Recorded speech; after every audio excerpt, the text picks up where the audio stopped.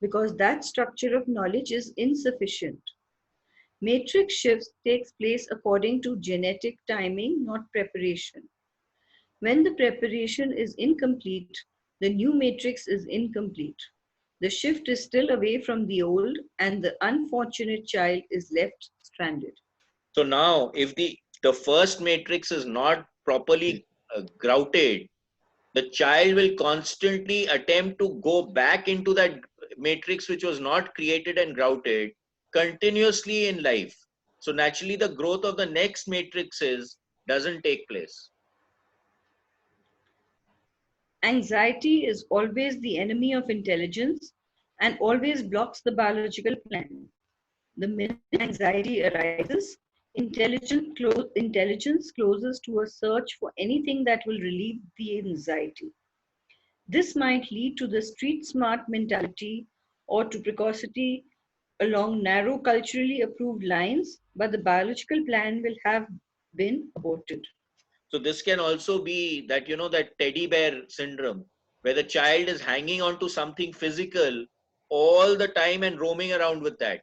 You take that thing away from the child and the child will lose it.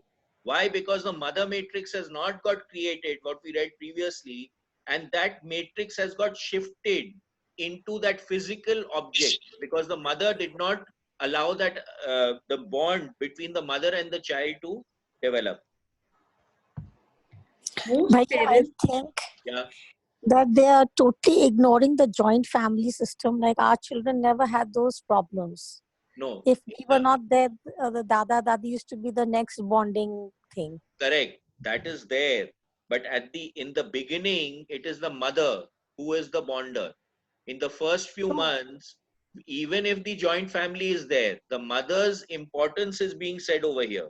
This is in the True. first year or so of the child's upbringing. Okay. Later on, the Yes. dada and dadi and the joint family, of course, the joint family system gives a lot of buffering because the dada, dadi, chacha, chachi become a known for the child. Okay, so the matrix is bigger. The real world, the earth matrix, all of these form a part of the earth matrix, not of the mother matrix. Now, if the bonding with the mother itself is not clearly developed, then the other part of the matrix will also become a problem. True. I mean, our children never had the Pallu syndrome or the You were teddy lucky. bear syndrome. You were lucky because I see many children when they are outside nowadays, they will hang on to the mother's pallu or they will hang on to the aya's or the maid's pallu. Mm-hmm. Go to some birthday parties of children and you will see this happening. Okay. anxiety is always the enemy of intelligence and always blocks the biological plan. The minute anxiety arises, intelligence closes to a search for anything that will relieve the anxiety. This might lead to the street smart mentality or to the precocity along narrow culturally approved lines, but the biological plan will have been aborted. Most parents force a concern for value on their children prematurely. Adult value, almost without exception, has its basis in a concern over personal survival, well being, or avoidance of anxiety. So the parents of the magical child assume his or her survival for him You're or breaking. her. Huh? You were breaking up. So now just slow down and speak again. No, no, 1 second. There's something wrong with this. It's saying your speaker is not working. 1 second.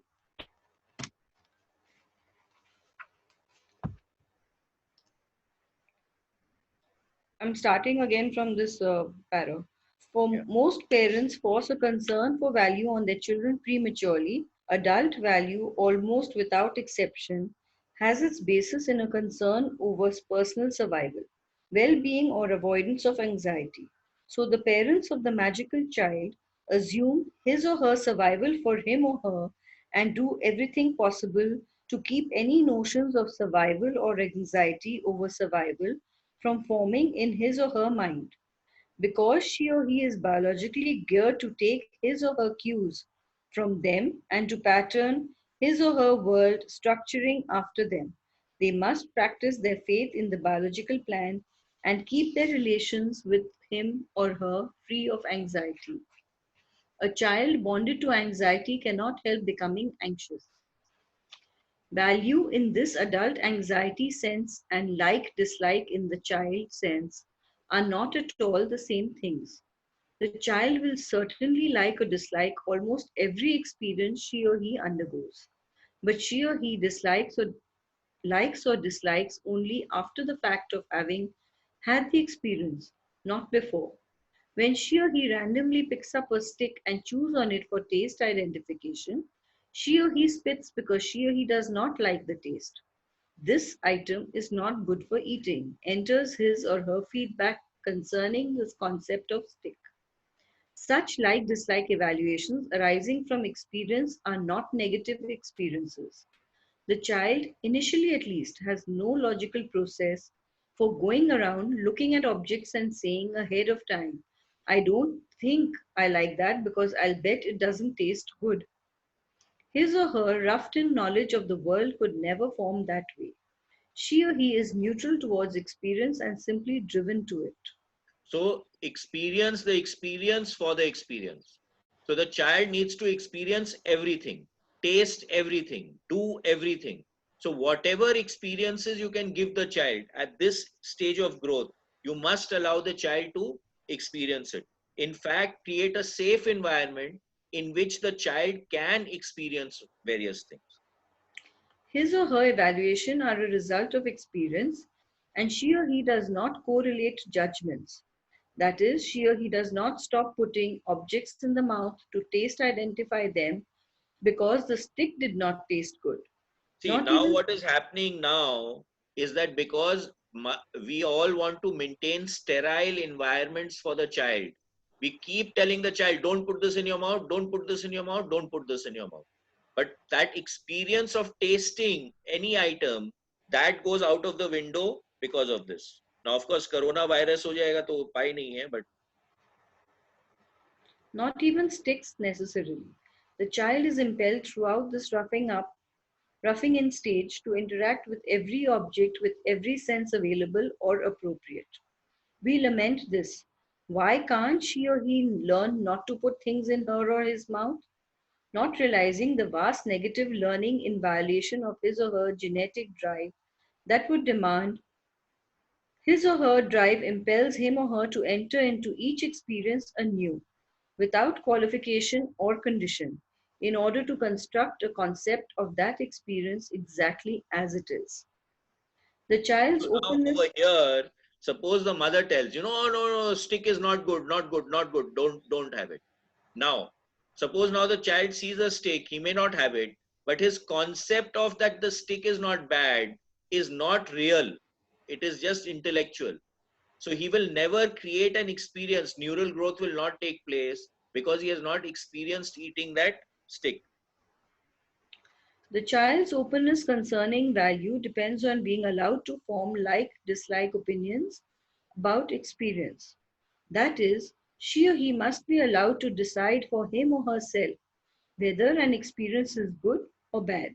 She or he must have the option of deciding, and his or her decisions must be honored. Otherwise, closure of intelligence will take place.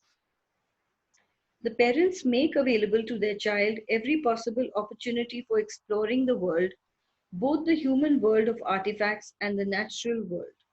To the extent that the child's world is open and available to his or her driving intent, to that extent she or he will accept boundaries and restrictions. Remember that the child is biologically geared to take his or her cues from the parents. Obviously, there must be boundaries. The child needs them. Boundaries give his or her world structure. Although there should be no restraints on the child's exploration of his or her physical world in a natural state, if you have railroad tracks running through your backyard, that third rail must obviously be out of bounds. But it takes just such a stringent possibility to justify curbing the child's exploration of the world. Surely there must be boundaries concerning property, persons, the right of family members, and so on. But these are few unless arbitrarily fussed over, and the child will take his or her cues surprisingly well if the lines of relationship are clearly drawn. The parents do not subject the child to situations in which arbitrary boundaries block his or her biological thrust towards exploration. They do not take the 18-month-old into a public restaurant for a few leisurely hours because they know that she or he cannot interact with such a world for long. They know that she or he has no logical machinery for grasping the subtleties of a blocked situation, that she or he has the only intent driving him or her. They know that situations blocking intent produce anxiety, so they do not tempt him or her with situations offering only frustration. They are responsible for their child and they recognize that his or her first physical setting is as vital as the quality of his or her food. So this we see often in restaurants, the children running around and not wanting to sit in one place because they're not able to get used to that restriction of sitting in one place in a public restaurant. The best boundaries are those that establish firm ground rules for interaction with parents and family. The world is for exploration on a full sensory level, but relations with people must have reservations. These reservations cannot be established by reasoning. They must be established by modeling, examples for imitation, and firm, no nonsense physical enforcement of correctives if infringements on established boundaries occur. So The again, the child will always imitate you. So when you are dealing with children, you have to be careful as to what you are doing because they will follow what you are doing very simply and straight. The parents provide continual opportunity for new experience in the most natural setting available and allow the child to set his or her own pace of exploration. The most fascinating experiences for the child are nearly always those of the parents, the mysteries of cooking and kitchen gadgetry, the tools for making and repairing, an automobile engine or a sewing machine. She or he will explore according to the nature of his or her own exploratory tools, the five senses. Through physical encounters with the tangible world of things, the mind brain structures its corresponding knowledge of that world. The parents do not try to engineer this learning because they know that learning is a non conscious process that must simply be allowed to unfold. See, nowadays what is happening? iPad or iPhone. That's it. What else do children play with? I think starting from age of 2 or 3 only they put the iPad or iPhone in front of them. A child's ears, like all his her and her senses, are acute and far more sensitive than the adults. The child is given quiet because loud noises are terrifying. She or he might like to listen to conversations on a radio, but the sound level must be kept low. Noise is one of his or her enemies, like any sensory overload. She or he needs great stretches of peace and quiet, particularly in a natural setting of grass, trees, and flowers. She or he needs to be left alone to hear the world, especially through things adults no longer hear. There are no big or little events to the 2-year-old. All is breathless excitement, awe, and wonder. His Because or her everything is new, the child is always filled with awe. And the more questions the child asks, the better it is.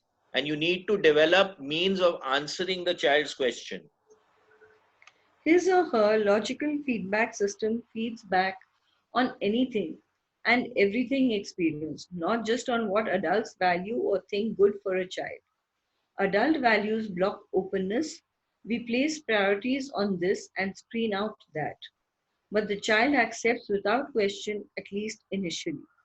She or he does not screen out unless taught to do so and or unless she or he has built screens trying to avoid anxiety. The qualification to the child's openness is that she or he must always have the right to place value on his or her own experience. Take the problem of food as an example.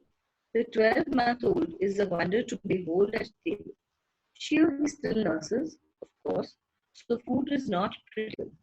She or he explores food as she or Shimangla, he just explores stop. everything else. Shimangla, stop once and read again.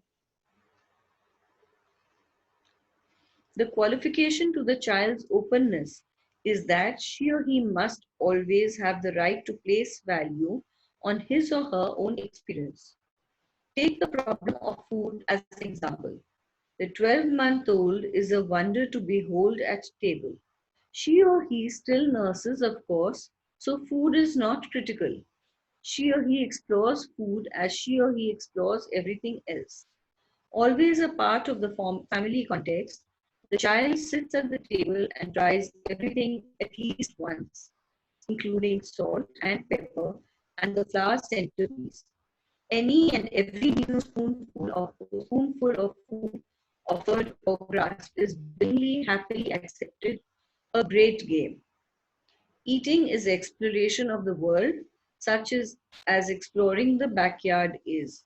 She or he bites into everything with pleasurable abandon. Half of these bites she or he may also happily spit right back out again, just as she or he spitted out his or her sampling of the stick. The two events are quite equal in his or her mind because his or her intelligence is open.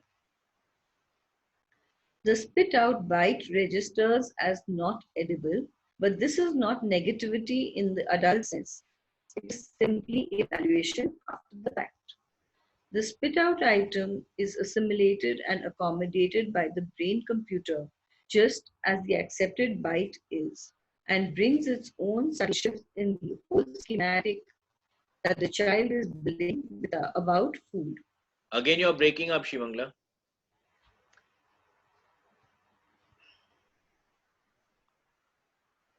Come near the mic.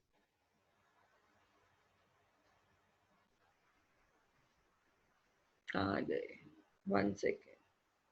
Experience is experience, and new experience brings about increased brain activity.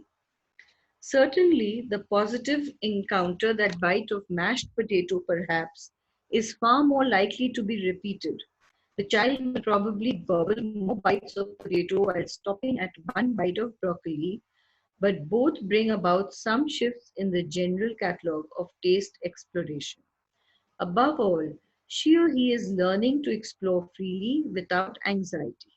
The mother keeps this openness by never tempting the child with items that must later be restricted or blocked, such as sweets which hypnotize the young taste buds, the way television hypnotizes the brain. In order to give choices and keep his or her system open and flexible, Again, she may. Kya? you're losing it. Again, just It's, come closer. the computer says low system resources may affect your audio quality. Acha, okay. Carry on. Now, where was I?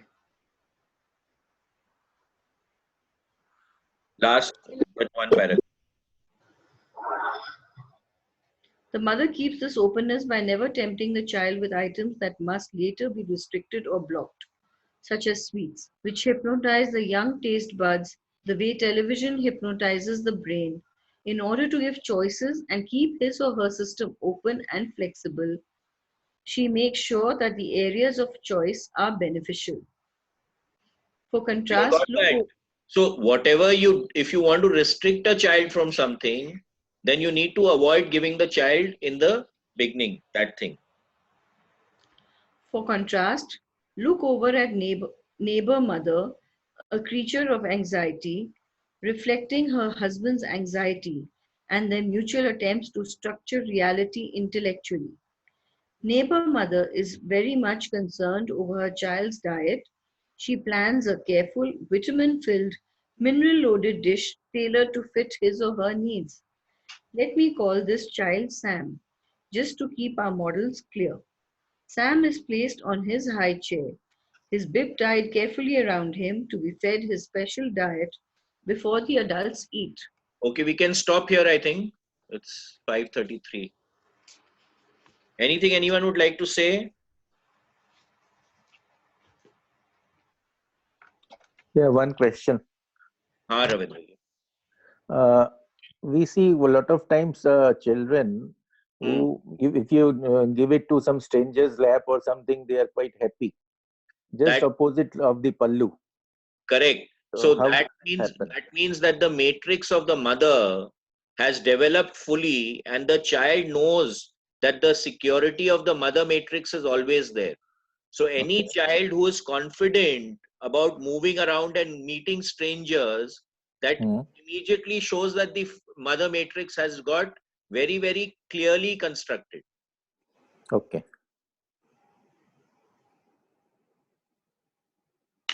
Okay, anyone else?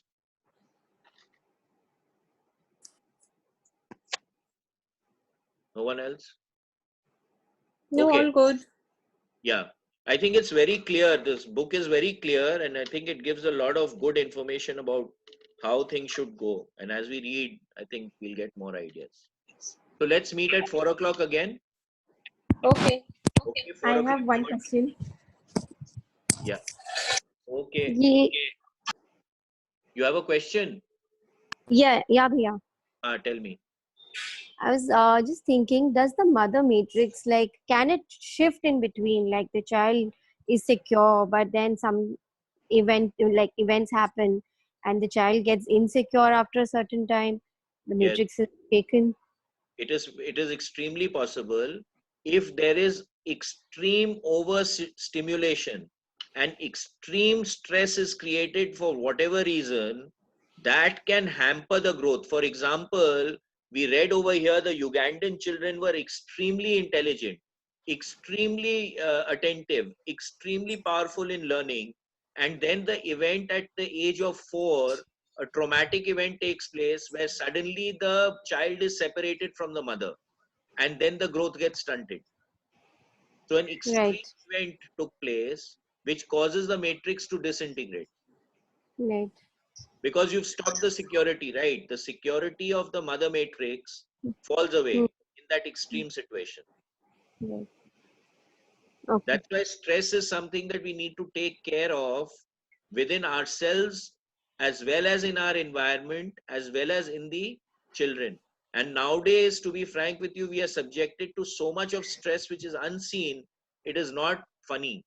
I mean, today you hold a mobile phone in your hand and it creates stress in your system, which we don't even appreciate and know about. Okay. And that stressor is going to cause inhibition in learning. Also, when a child is constantly only using one finger to do things instead of actually picking the dice, moving the goatees, it becomes what? You're only stimulating this one finger, nothing else. So what is happening? That sensory perception of holding the dice, throwing the dice, conceptually seeing where the goatee should move is out of the picture because everything gets done automatically. So what are we doing? That sensory build-up of experience is not there. Yes, Via. But hopefully they can again integrate into the matrix. I'm Yeah, just so hoping that. yeah, so now what happens is that as the child is growing up, they'll keep trying to form what needed to be formed in the previous matrix. Okay. Okay. Because ultimately you have to create that matrix to go ahead, right? So Right. it Right. clearly says it in the book that they will keep going back into the old matrix. Anyone else? Anything? Okay, see you at 4 then. Bye. Okay, we'll see you all at 4. Thank you. Thank you, Niket ji. Thank you. Ram Ram. Ram Ram.